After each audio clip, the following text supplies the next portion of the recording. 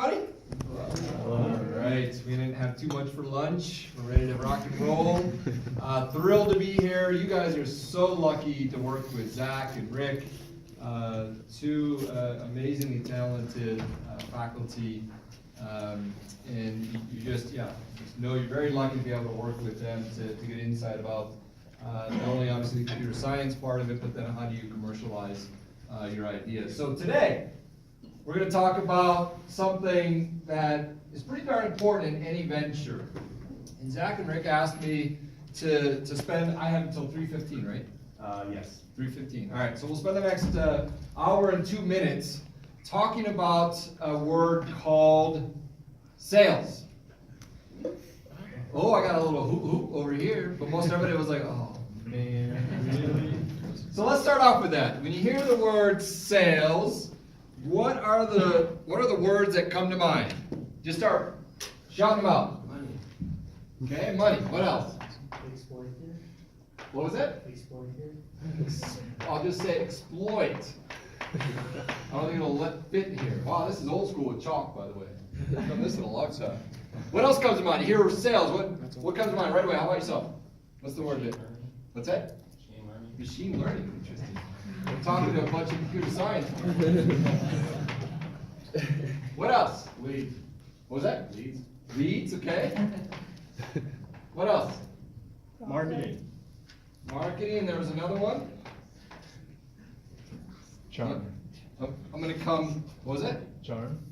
Charm, okay. Capture charms. I'm gonna use this other one over here because people that sit back think they can just hang out. That's not gonna happen. Guys, peanut gallery's back.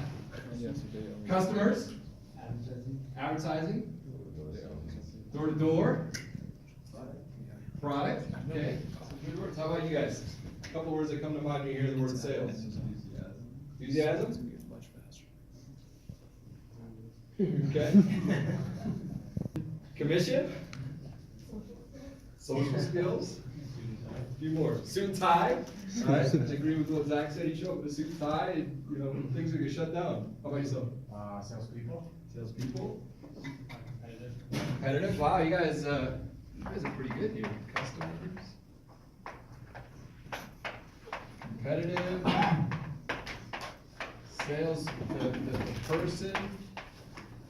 You guys are actually not too sour on sales. Usually when I do this, I get words like scumbag, manipulative, forceful,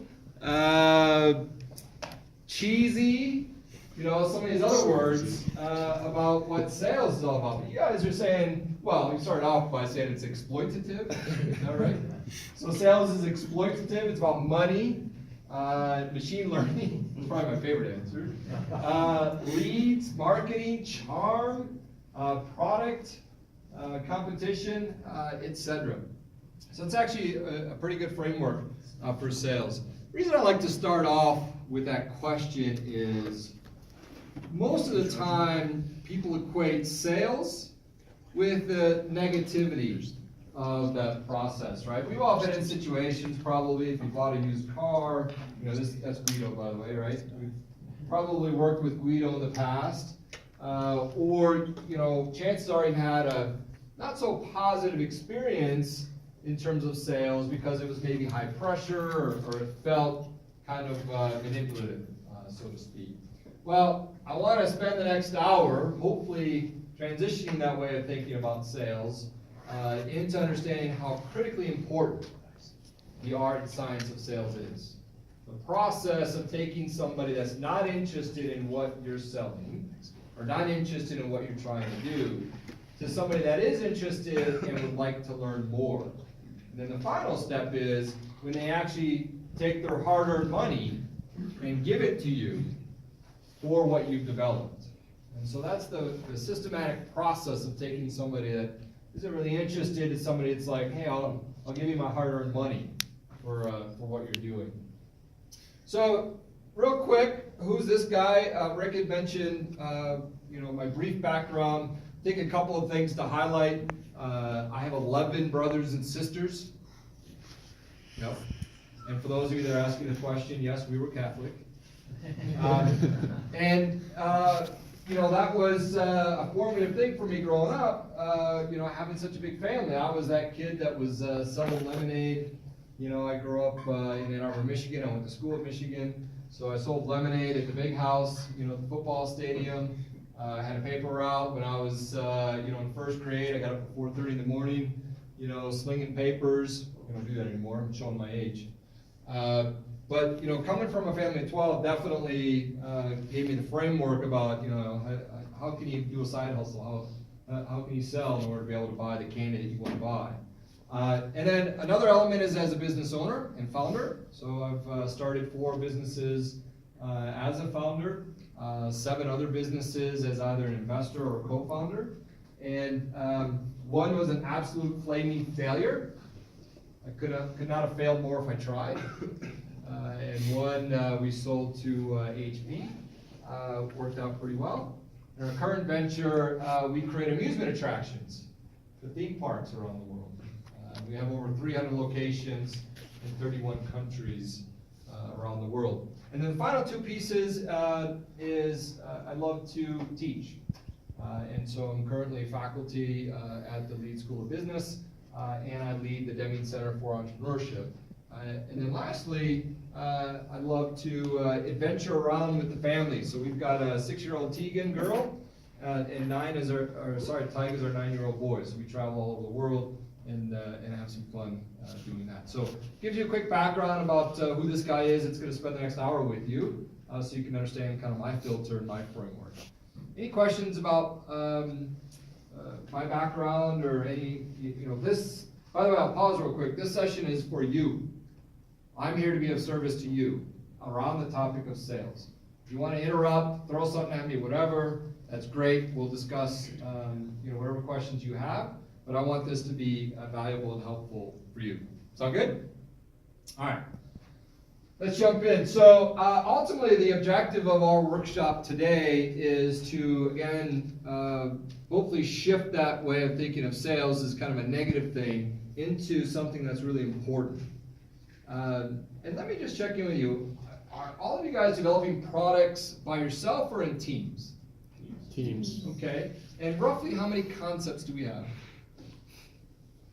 About 15. About 15. Yeah. Okay, about 15 concepts. All right, so you're going to be working in your teams and developing strategies and processes and ways of thinking about your concept that you're selling, and how can you translate that into the consumer that wants to give you money. And so the ultimate goal, you know, of our workshop, the ultimate objective is to shift your way of thinking of sales, and you're going to sell. So by the time we're done, you're going to be up, you're going to be walking around, and you're going to be selling. So usually I get those looks that I'm getting. It's okay. You guys will do just great with this. It's going to be a lot of fun. All right, so why are we talking about sales? Why would you know, Rick and Zach have me come in and talk to you guys about sales? Let's come up this way here. When is sales important? What's your name? Rachel. So when is sales important? All the time. Fantastic answer. Okay, we're done. We're done with this slide. We're going to move on to another slide. Is there a specific situation that comes to mind that you think sales would be important? I mean, I kind of think of entrepreneurship specifically because you have to like get out there and like try to help people feel. Yeah, I mean, if you're running your own business, you got to be out there and selling all the time, right? Welcome. How about yourself? When do you think selling is important? Anytime you want to have a product. Anytime you want to have a product, pretty important. And who would you sell to? Our product or just in general? Yeah, your product. What's your product, real quick? Our product. 15-second pitch. You got to do it. TurboTax for selling your home. Who would you sell to, that concept? Homeowners of America.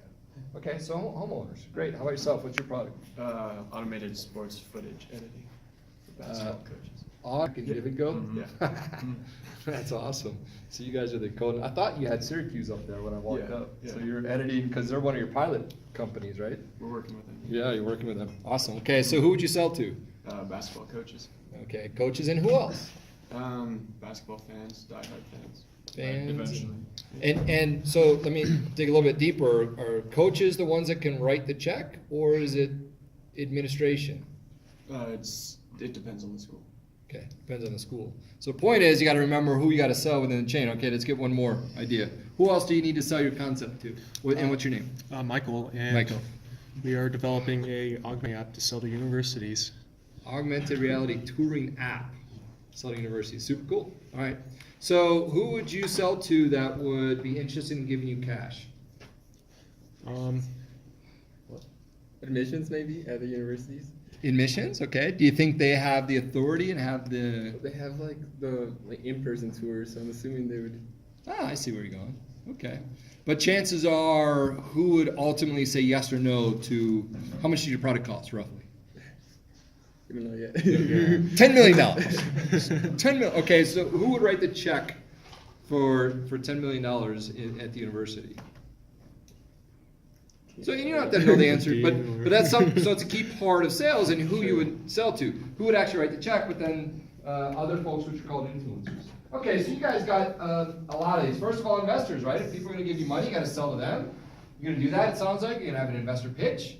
What is that? It's a sales presentation. Like, hey, we're really great at what we're doing. We have a great product market fit, and we have 10 million people interested in this product. So you want to give us $1 million to go make this happen. Prospects, which we talked about, employees, right? Especially at this stage, you don't have any money, so you got to sell somebody to come. How much are you guys making for Mac? Nothing. Nothing. Yeah. Yeah. So what was the presentation given for you guys to work with Mac? He kind of pitched the idea, and then we thought it was a good idea. So. Yeah, you pitched the idea, he sold, right? It was a process of like, hey, here's something interesting, would you guys be interested in maybe helping with this, right? So you gotta pitch employees, partners, vendors, media, you guys get the sense. There's a lot of different opportunities where this is relevant, and I'd like to pause and introduce this, because most people think it's only that you're selling to a prospect, to a potential customer. But in reality, sales skills are important in all these different areas.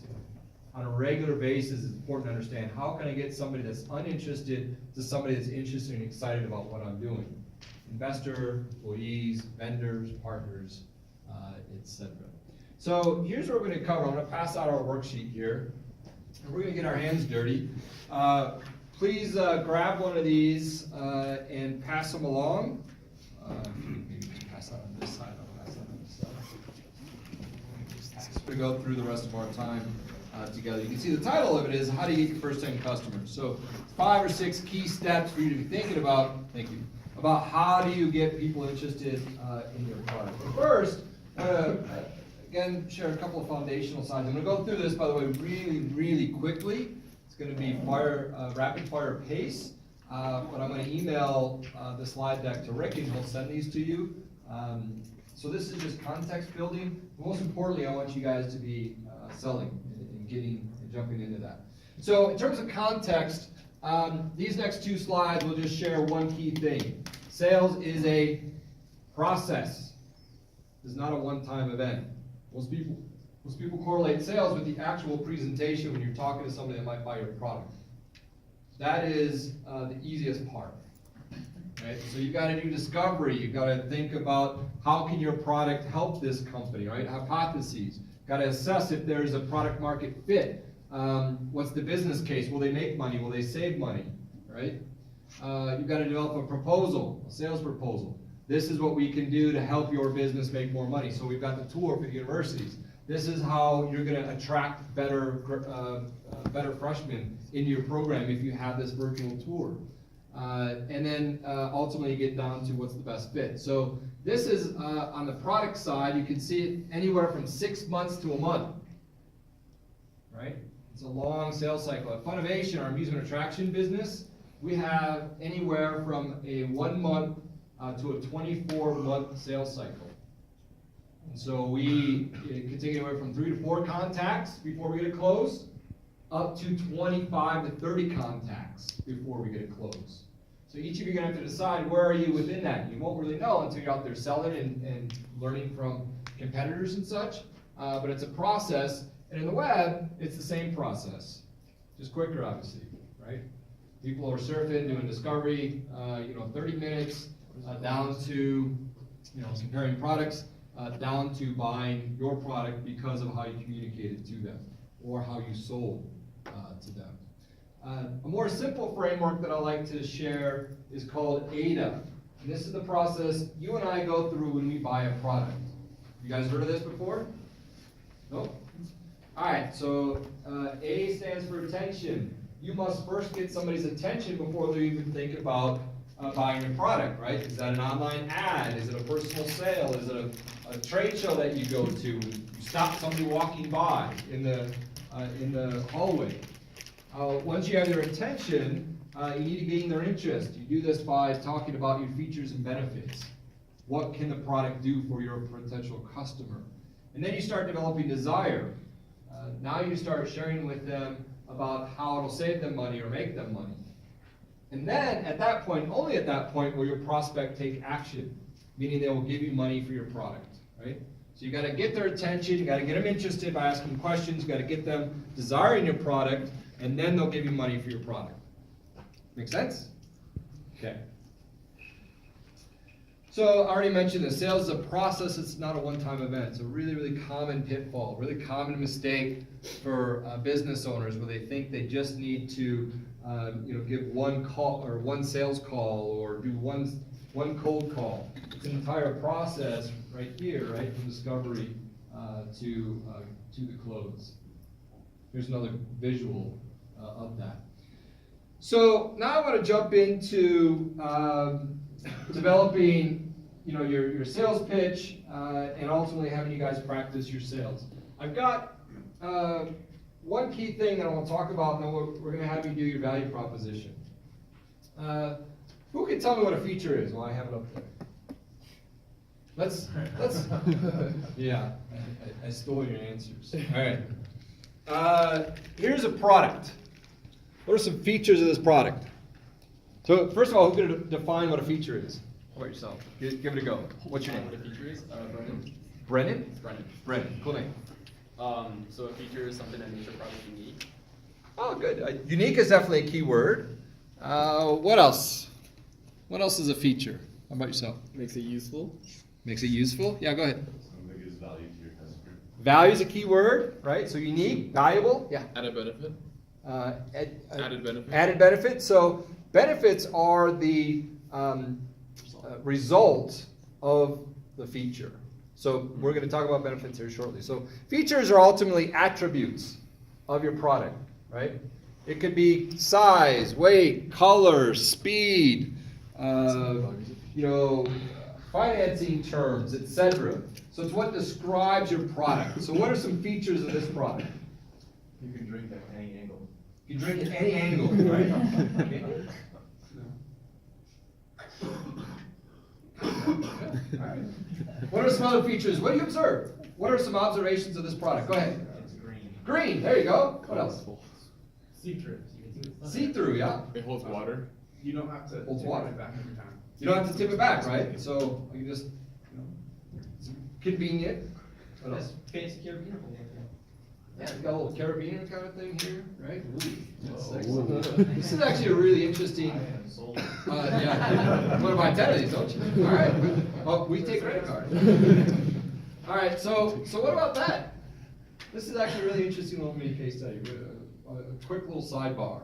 So water bottles been around forever, right? Dozens of years, maybe even hundreds, I don't know, of years. And so there was no way to innovate in water bottles, right? That was the assumption.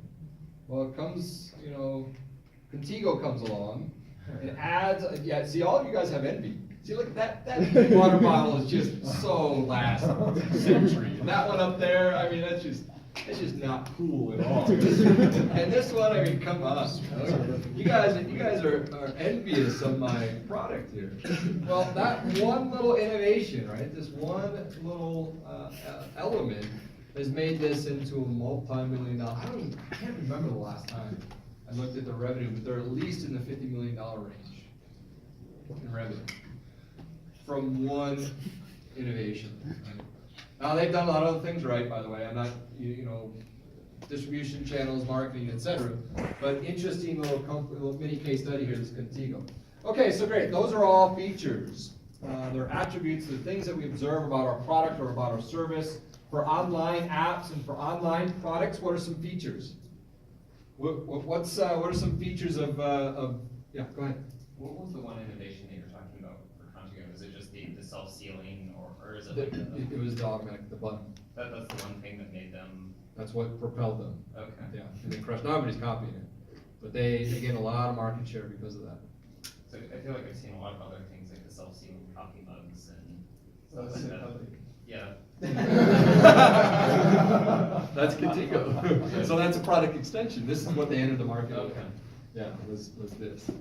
So, in interest of time, oh geez, yeah. So, benefits are the corresponding emotional value from that feature. So, a quick example would be, what are some emotional value of this button and just of this whole, kind of configuration?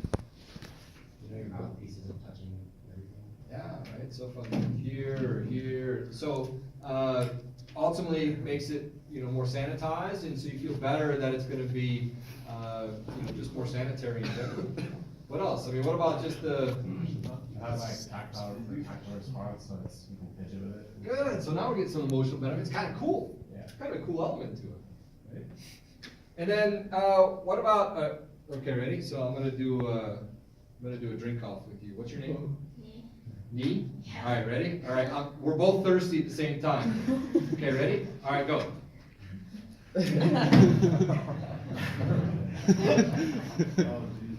So, thanks for that, brother. So the access to be able to drink, right, is convenient, and it's, when you're thirsty, it's really simple to be able to do that. See, I should buy stock in Contigo. You guys are all gonna go buy Contigo. This thing's pretty cool. All right, so that's the feature benefits combination. The reason I spend so much time on that is just about everybody gets this wrong. Just about every company is selling the feature. Just about every company is selling that it's green, and selling that it's clear, and selling that it's got a button. But what actually sells is the emotional connection, the emotional benefit of that feature. And I'll give you one more example. So features, again, are attributes, things you observe. Again, you'll have this slide deck. Here, I'd recommend going through this list. What are all the different features that you may be able to come up with your product or service? Do we have any products in here? All service, I assume? There's one product? All right, got some hardware. So look at this list to trigger some of the key things that are observed about your service. And it can be like hours of operation, warranty, customer support, right? 24/7 customer support. These are all feature elements. And the benefits are the corresponding emotional benefit, or emotional value rather. So here's again some more things that you can take a look at. And so the difference is features about the product, benefits are about the customer. Okay? Features, justify product's existence, but more importantly, benefits motivate repurchase, and features are rational, benefits are emotive. We don't have time for another example. I'll give you one more physical example, then we'll move on, and you guys will do a list of your features and benefits in your worksheet. Yeah, so this is your work. That's the best part. My kids love these things, man. All right, so here's the product. What are some features? It's green. Green, yep. Makes noise. What else? What else do you observe? What are some other attributes? What's it? Made of foam? Yeah. Looks comfortable? Yeah. I could beat this. It doesn't hurt. Doesn't cause damage. All right. So let's look at the feature of these being soft. Right? They're soft. They're comfortable. And first question is, who's the potential target customer of these products? Of this product? Parents. Parents? Of children. Very good. That was a good clause. I love that. Parents, can you be a parent without having a child? What's that? You can have dogs. I suppose, yeah, you can beat your dog. Bumps up with these things. So parents, who is an influencer? Yeah. So a key thing to understand, right? The person will actually write the check. I don't think many 5-year-olds have credit cards yet. Some probably do. But parents will ultimately give the credit card. But it's the kids that are going to be tugging on mom or dad's jeans to say, hey, you better buy these. I'm going to scream bloody murder, in Toys R Us right now, right? So you've got influencers. You've got people who are actually purchasing. All right, so let's say we're going with the feature of they're soft. What's the benefit to mom? Keeps the kids entertained. Keeps kids entertained, okay? So I call it the so what test. So I'll ask so what, okay? So what? Why is that important? So they can do like important chores around the house or get their work done or Yeah. do So something. keeps them entertained, and then mom can get her stuff done. Yeah, go ahead. Give them to the kid, and the kid probably won't break anything. So like, Yeah, so get, so you're gonna save money. So these things, they're soft, rather than like a, baseball shooting gun or something, right? So chances are they're gonna be safe. So soft equals they're gonna have fun. Mom, has time to herself. What's another emotional benefit? The fact that these are soft. Does this hurt? Are you gonna go to the emergency room? Probably, hopefully not. So safety, right? So they're safe. So you can feel good that you're being a good, mom or dad because they're safe. And then just to go completely off the rails, corny, a logic flow to get to the benefit of why your customer cares about the fact they're soft is that they're soft, so my kids can go and play and have fun. I know they're safe, so I don't have to worry about them. I get time to myself, which I never get as a busy mom, right?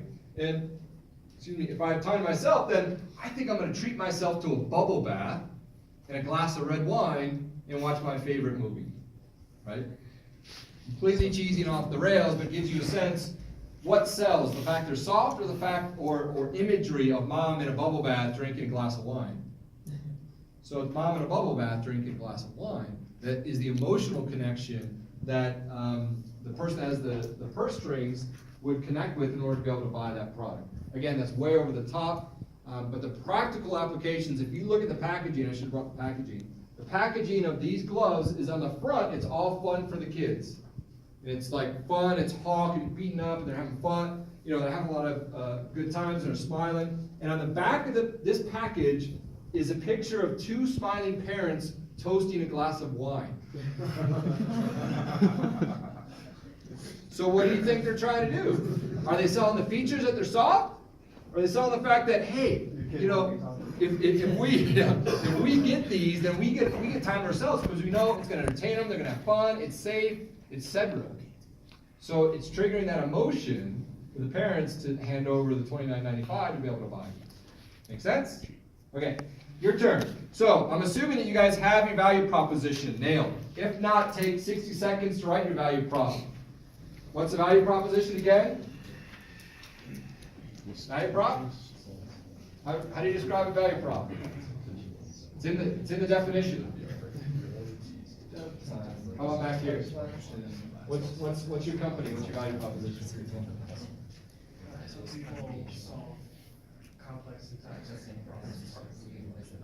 So help people solve complex and time-sensitive problems easily. What kind of problems?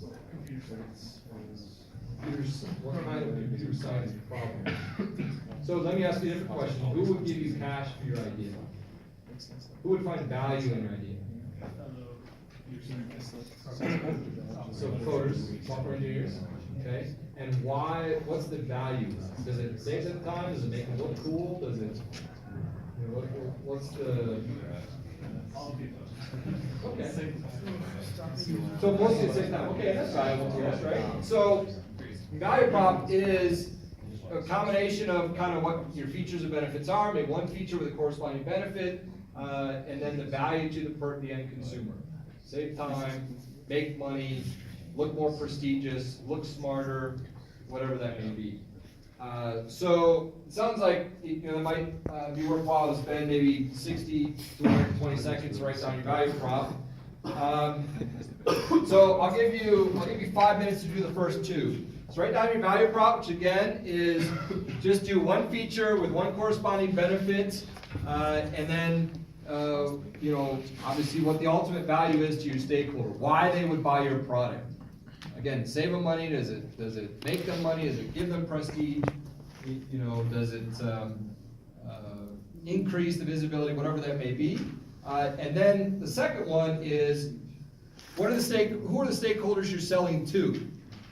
Right, so the example we gave is parents is one, they're the ones with the purse strings, but you're also selling to the kids so that they can influence the purchase. So just make, you don't have to, doesn't have to be perfect, just make a general list of who those people are. So get into your teams and take the next 5 minutes. Yeah, Zach.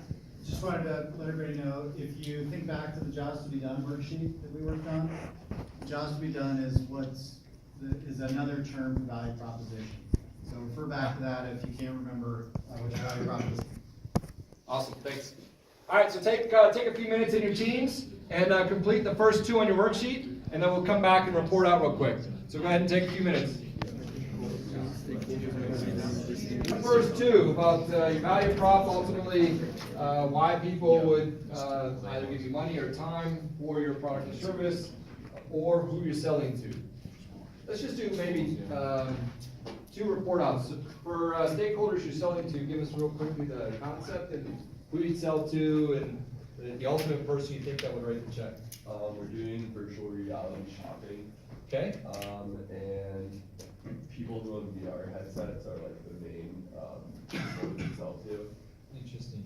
So like the Oculus store or.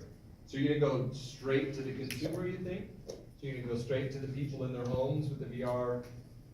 Probably. There also might be like children that own VR headsets. So maybe like the parents of those children also.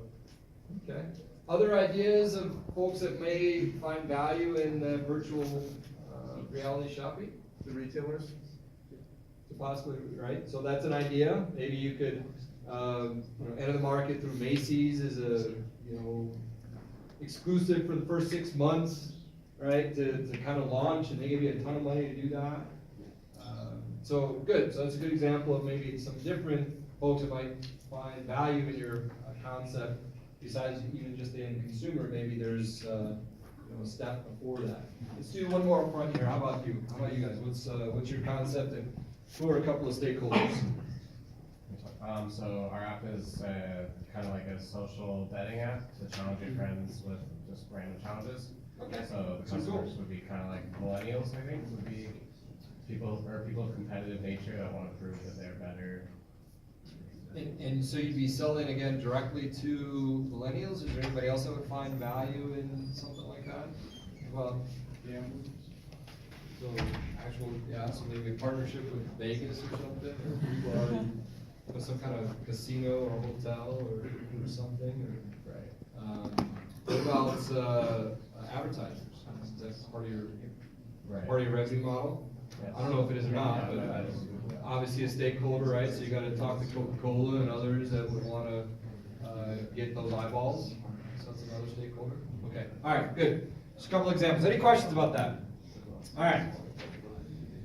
So the next 2 are pretty intuitive as well, and then we're going to jump into crafting your sales pitch.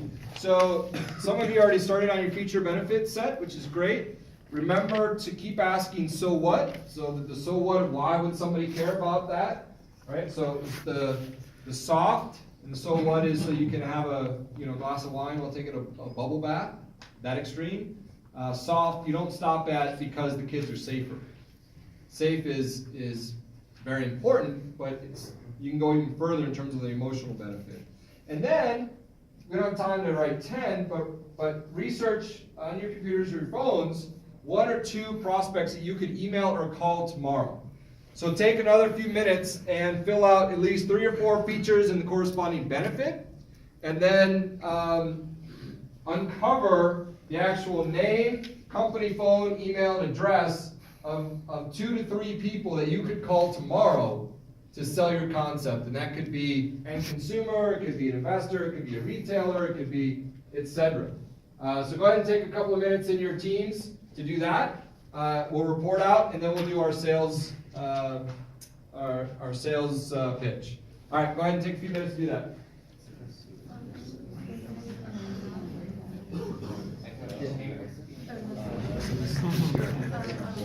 Context. So we teach a sales course for 16 weeks, and we're spending an hour on this. So I just want to give you the sense. Obviously, there's a lot more involvement in the art and science of sales, but I wanted to give you a practical tool you can walk away with that gives you a framework that if you were to go and start selling somebody tomorrow, what are some of the key things you need to understand? But I just wanted to set the context in terms of we're going through this super quick, but hopefully you're at least getting a framework about how this all works, all right? So real quick, who are some customers? Did you guys come up with customers? Oh yeah, so there's like kind of two customers, except one isn't like you don't have to sell to. So one first customer is like people and adults with bank accounts. Okay, so do you have some names and people you could call? Yes, I will call my mom. Mom is always the first thing. Okay, great. Thanks. How about you guys? You got a couple of names and numbers? We're looking them up now. We're yeah, in we're the currently- features, but we're researching. Okay. Couple. But you know generally where to go and, Yeah. and how to find the information and such. Yeah. Okay, great. You guys have a prospect list? We do, yes. Pretty straightforward. So who's the next one on the list? Who's the next coach you're gonna call? Bill Carton, CU video coordinator. We're working closely with him. So. Okay. All right. Awesome. All right, guys. Now the fun stuff here. Get to sell. So, by the way, in the slide deck, there's secrets to successful selling. These are some key things that I've seen that have worked over the last 30 years of sales. So feel free to take a look at that and understand from your style all the way to referrals is the number one way to grow your business as well as online business. So take a look at that if you have a chance later. So I want to demonstrate the sales. Well, actually, let's have you guys take a minute just to craft a quick pitch. Roughly, again, this is really rough draft, but let's just jump in. We're going to do this for a couple of minutes, and then you guys get to sell. So, opening statement. What's your name, right? And why you're there talking with the customer. Give a brief summary of your product.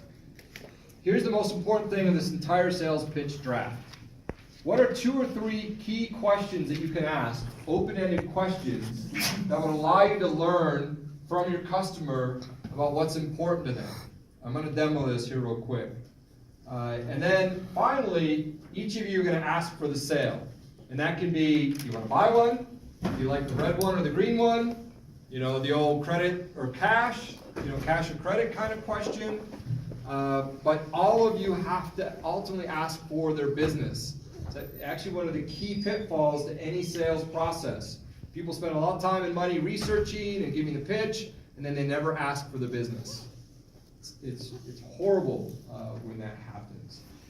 So quick volunteer. All right, come on up.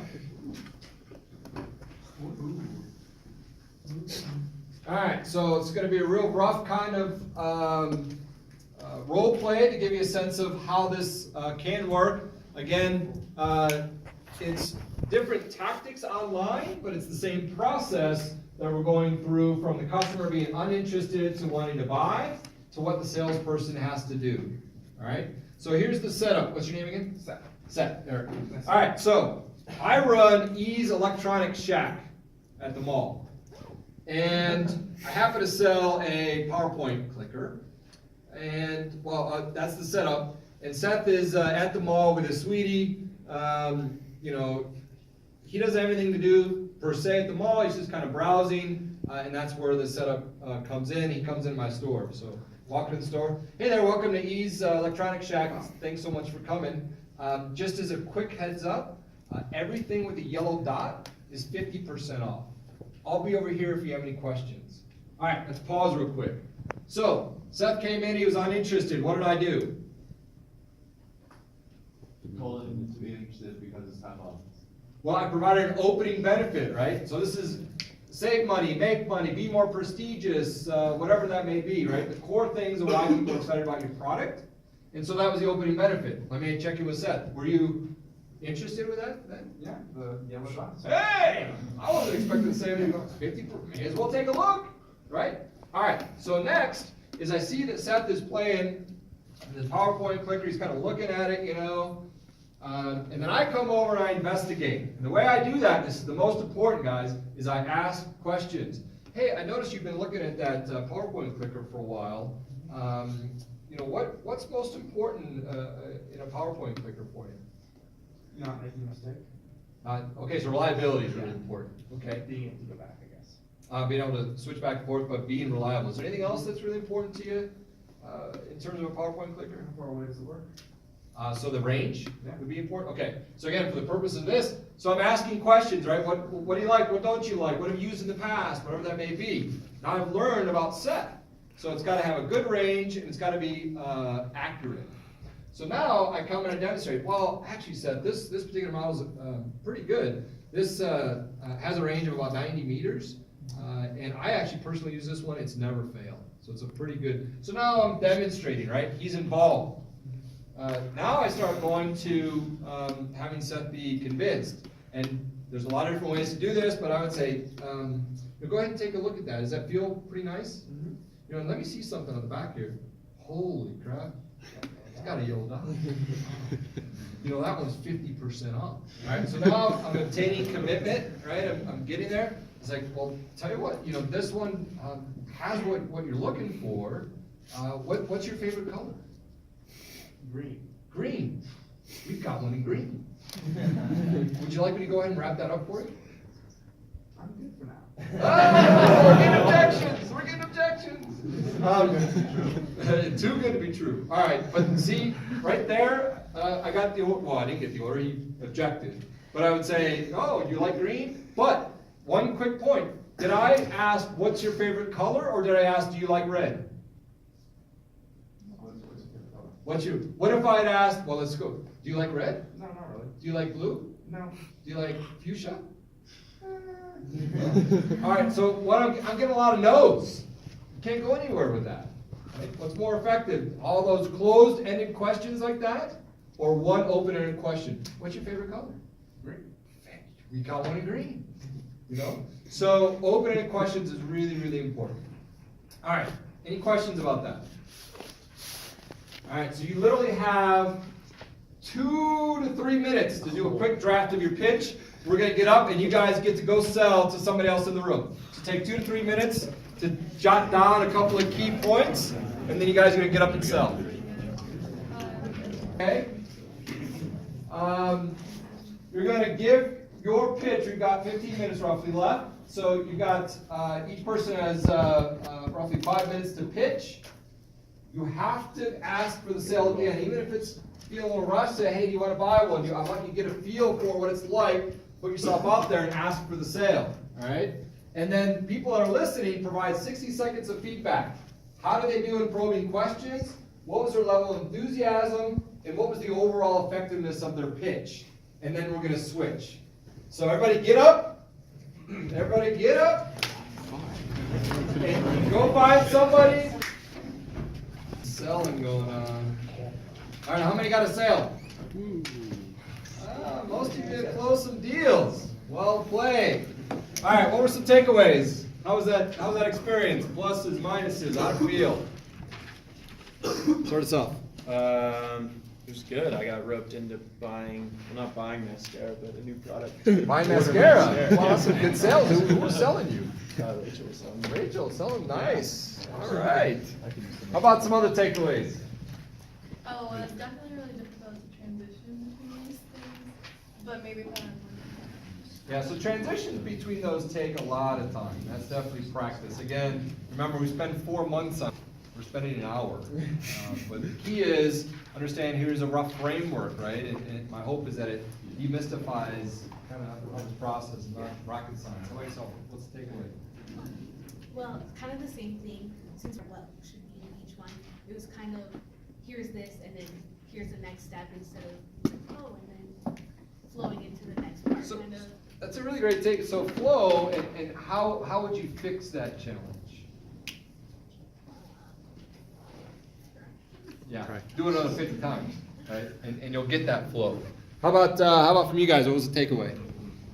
Well, he asked for statistics, and we didn't have any yet, so that was stopped us for a sec. Okay, so that's good. So now you need to shore up your pitch, right? It's like, okay, that was a good question, good objection. We need to shore our pitch up accordingly. Okay, great. How about yourself? Mine is kind of similar. We're the same team. Okay. I mostly got feedback, like making your pitch more concise and clear. Yeah. So, and that comes with just doing this, time and again. Seth, how about you? What's the takeaway? That trying to get the specific what we're selling without giving too much of a promise about what it's doing. We're selling a extension of QA teams for companies, and then we don't want to promise too much, because if we do, then we get ourselves in trouble. Interesting. So takeaway is, the old adage is true. Under promise, over deliver. Make sure that in your sales pitch that you're not embellishing too much, right? And that'll bite you. How about you? Just that it's really easy to when we get like rush through it. Just it's super easy to be like, oh, that was 30 seconds. Right. So once you develop this more, you'll have objections, just like Seth gave me an objection. But at least you've got kind of the flow from beginning to end. How about two more? How about you guys? Good. I think it was kind of hard to transition like asking questions to like actually selling the product. Yeah. It was So easy to get like caught up like asking a lot of questions. and learning, but that's great that you had that experience, because that's the most important part is what are those key probing questions that you can learn about what the customer wants. Because you saw in our really rushed role play how it worked, right? I asked him, what's important to you? Well, accuracy and